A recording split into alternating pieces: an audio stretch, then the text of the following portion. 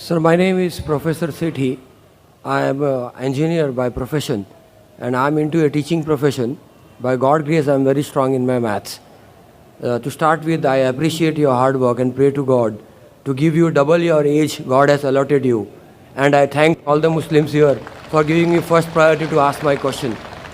Sir, I have gone through Bhagavad Gita, I have gone through Ramayana, being Hindu. I was after temples and everything. But my brother-in-law is a Muslim. He gave me Quran. I have gone through it twice. And I can say in open, I am following your Quran very strictly. I have converted your namaz into English. In the name of God, the most gracious and the most merciful, the creator, cherisher, sustainer of the worlds, the master of the day of judgment. I am reading it 12 times, 15 times, 20 times. I don't see timings. I just stand and pray to God. And I am very satisfied with that. The only one question I am not getting it, my source of income. Being very strong in maths, I am also a technical analyst with stock market. I am very strong with FNO market, future and option. I don't know how many people understand the stock market here. With a very intellectual mathematics and very intellectual playing the game, I am always secure and always in profit after the end of the month. It's a mathematic game which people don't understand. Is it okay to go ahead with such income? I'm suffering from this last 3 years. I'm earning money, I can earn money, whatever level I want to earn. But I don't want to earn anything wrong. If it is wrong, I will leave that forever. And I will go into teaching profession forever. Alhamdulillah. The brother asked a very good question. And I appreciate that after reading the Bhagavad Gita, Ramayana and the Hindu scriptures, he read the Quran twice and he agrees with it. He has a brother-in-law who's a Muslim and he's very strong in maths. And even I happen to be strong in maths. And in school days, right from standard 1 to standard 9, 10, always backed the price. Without saying, sir, mind-boggling memory. I've never seen a person like you. And if God grace, I will be at your place forever. If the God, अगर ईश्वर की मर्जी हुई, अल्लाह की मर्जी हुई, तो आपका शिष्य बनूंगा इसी प्लेटफॉर्म पर. Inshallah, inshallah. Inshallah.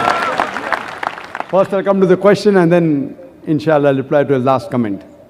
As far as your question is concerned, that you are in the stock market, about futures and options, etc. And you are so good in maths and analyzing that always at the end of the month you make a profit.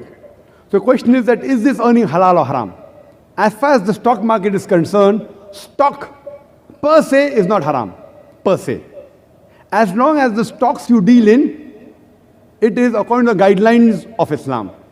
What is haram in Islam is riba, it's interest. There are many verses in the Quran, no less than 8 different places, Almighty God says in the Quran that riba is haram.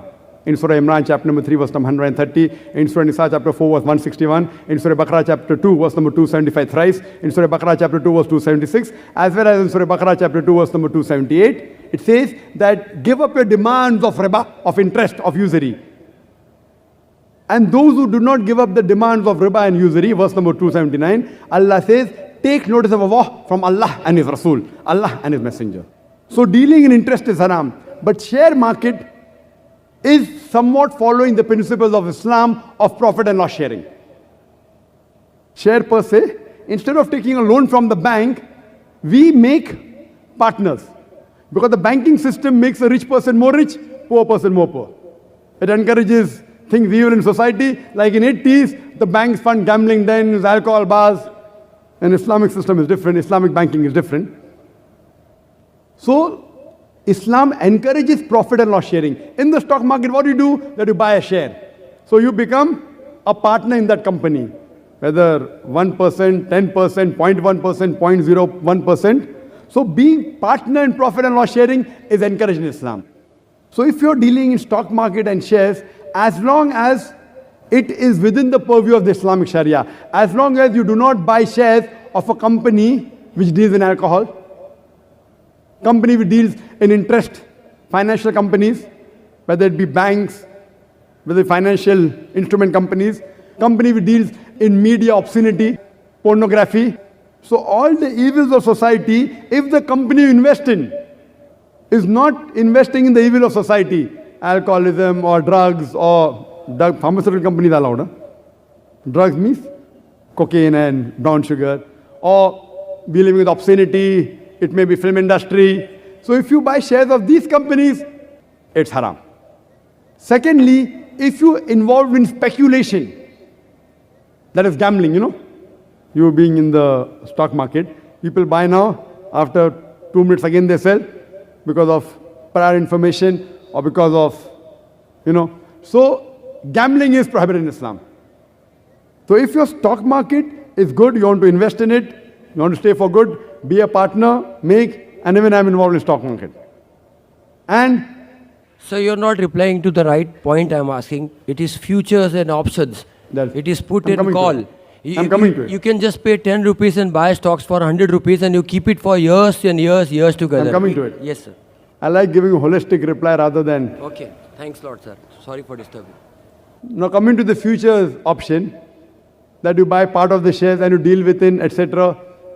Talking about futures, if you pay part and have it with you, I know you can sell, then you can have security on that, then there's another person with the derivatives, which can even, I know about this. I may not be an expert like you, but even this is. So dealing in futures, it's not permitted. It's not. Margin trading in certain things like real estate, you buy 10% of that and then it increases because you have to make timely payment. If you buy a flat, suppose, the payment time is 2 years. You pay 10% now, 20% later, the rates go up, you sell, that's fine. But in shares, it doesn't work like that. In future, it doesn't work like that. So because you don't possess it in your hands, you have paid part of the money and then someone else backs you up that if it goes down, then they hedge it. You know, hedging. They hedge it. So all these things are not permitted in Islam.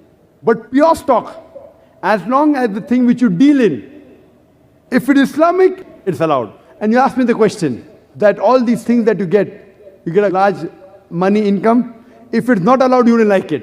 See, the money that you earn, as you said, if it's not permitted, you stop it. So what we are interested in peace in this world and the akhirah. The peace in the next world is a longer peace.